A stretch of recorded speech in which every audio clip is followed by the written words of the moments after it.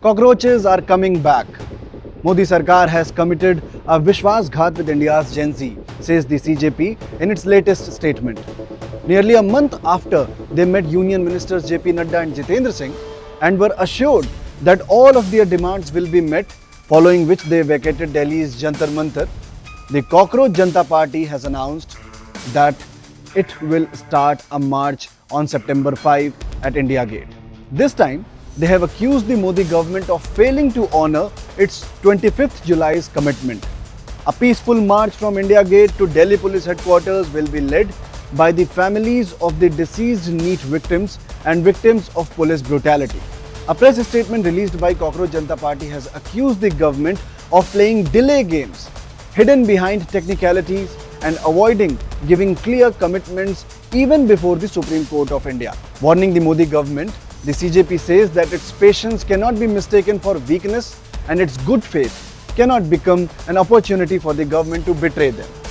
The Cockroach Janata Party requested all young Indians, students and youth organizations to come out in large number on September 5 at Delhi's India Gate.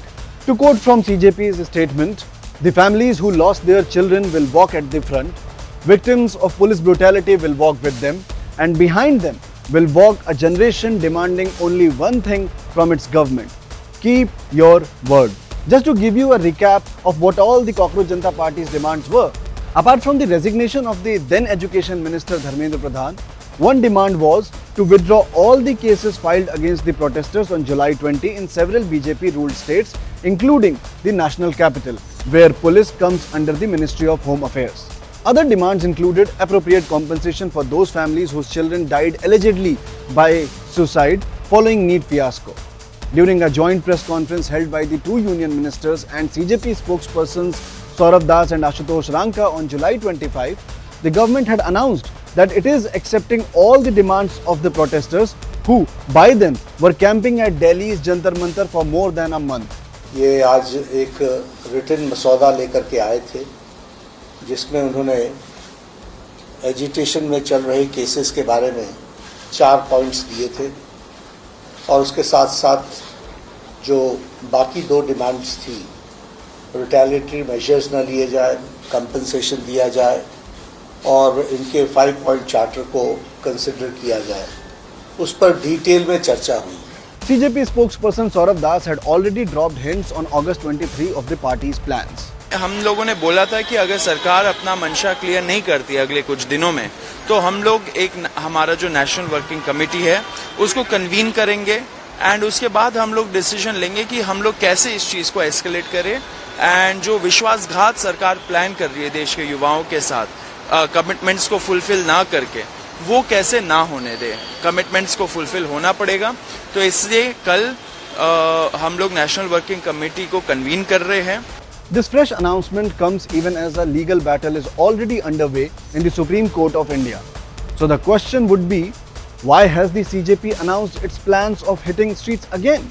On August 18th, the Supreme Court of India agreed to quash FIRs against students. The Chief Justice-led 3-judge bench even agreed to use its exceptional powers under Article 142 of the Constitution. It was revealed in the court that the Delhi police didn't disclose any detail regarding the FIRs, to which the Chief Justice Suryakant asked, but unless we have a list of these FIRs, how will we quash them? Solicitor General Tushar Mehta had reiterated that the police would confine their investigation to 2,873 persons with serious criminal background who were identified at the protest site. He said these persons included history sheeters facing serious charges, including murder, rape, child sexual abuse, etc. It is the hearing of this day that truly sparked the fresh controversy. The CJP alleged that the government is not committing before the Supreme Court of India that it will furnish the details regarding all the FIRs registered against the protesters under the BJP-ruled states. आज supreme court के जजेस ने clear कर दिया and सरकार से clear करके बोला कि आप हमें FIRs जो सारे देश भर में FIRs हुए छात्रों के खिलाफ, युवाओं के खिलाफ, उसका एक लिस्ट दे दीजिए। वो लिस्ट मिलते ही हम अपना आर्टिकल 142 पावर यूज करके वो सारे FIRs को एक झटके में खत्म कर देंगे, क्वॉश कर देंगे। लेकिन सरकार की मंशा आज वो नहीं लगी। सरकार हेजिटेट कर रही थी, सरकार चुप रही, सरकार ने कोई कमिटमेंट नहीं दिया। उन्होंने बोला कि 2800 हार्डन क्रिमिनल्स है, उनके लिए तो हमें इन्वेस्टिगेट करना पड़ेगा। तो सुप्रीम कोर्ट ने ये भी ऑप्शन दिया कि वो 2800 जो हार्डन क्रिमिनल है, हीनस क्राइम्स कर रहे हैं, उनका एक अलग से आप एफआईआर का हमें लिस्ट दे दीजिए, लेकिन जो युवा और छात्र है उनके खिलाफ जो एफआईआर है उसका एक लिस्ट दीजिए, वो हम एक झटके में खत्म कर देंगे। लेकिन सरकार ने कोई कमिट नहीं किया। The widespread protests on July 20 are the origin of the controversy. From unleashing lathi charge to firing tear gas shells to even using pellet guns on students, the Delhi police has been accused of using excessive force against the peaceful protesters.